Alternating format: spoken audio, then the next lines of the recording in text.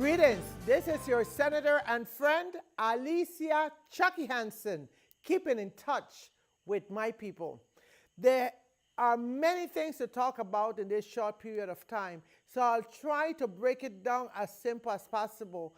And what took place at the Juan Luis Hospital has been a disaster. From the inception of Mr. Nelson, the past CFO and CEO and COO, because some people will wish that we forget that all three of those powerful titles was granted to one man with the sanction of the board.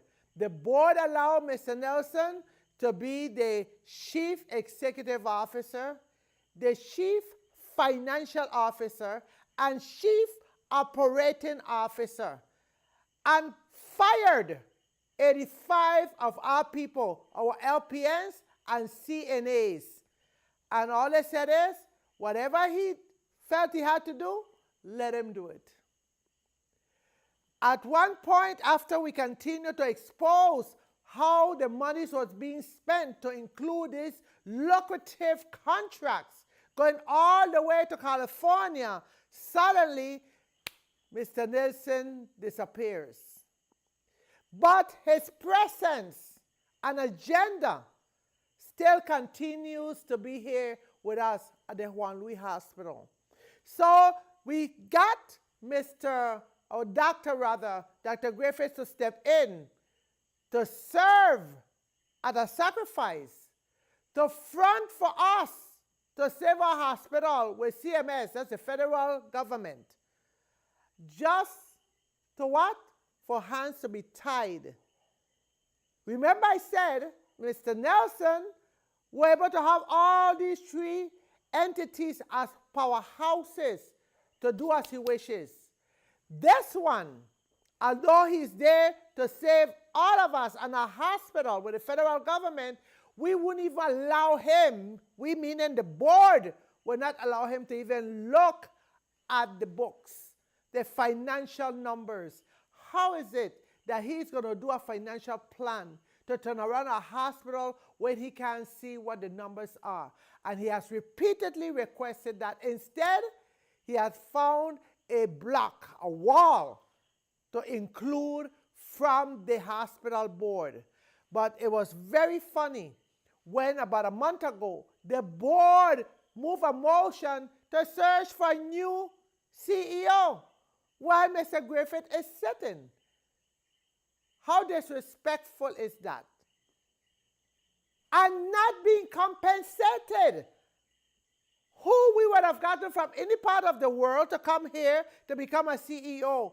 And before they arrive, we're moving them, we're paying them up front, we're giving them the contracts in full, and their departure settlement. And we're going to disrespect our own like that. What's wrong with our people? Our LPN CNAs have a right to eat.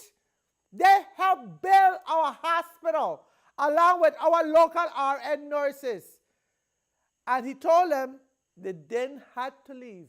He had a plan which can work and keep all our nurses here at our Juan Luis Hospital. They didn't want to listen. They didn't even look at the plan. They did not even consider the plan.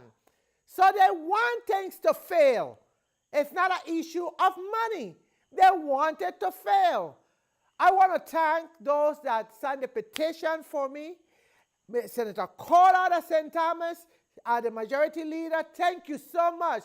Senator Jackson, Senator Payne, Senator Graham, Senator Roach, thank you all from the bottom of my heart. And of course, the President of the Senate for cooperating with me. Senator Gittins and St. Croix, Senator Sanis, Capard, and Buckley who joined us.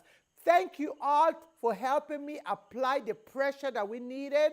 The governor felt that we shouldn't go into session today, and certainly he will call the members and encourage them to resign. That would have saved them such an embarrassment because we would have terminated the board through the session, and we needed only 8 votes to do that. We got 10. Day before yesterday, Chairman Walker resigned as chairman of the board. That leaves her still on the board. that did not satisfy us to abort our session.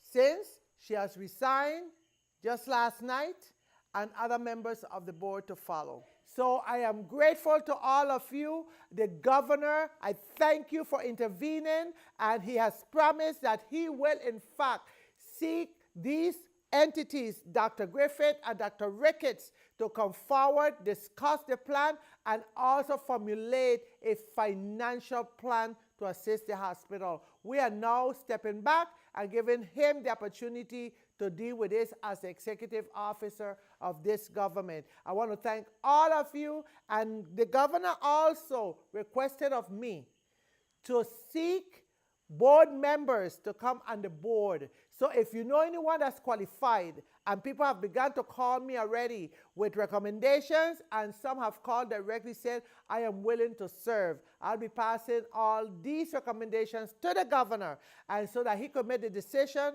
of those that he wished to submit to the Senate. Until next time, this is your senator and friend, Alicia Chucky Hansen, keeping in touch with my people. Thank you.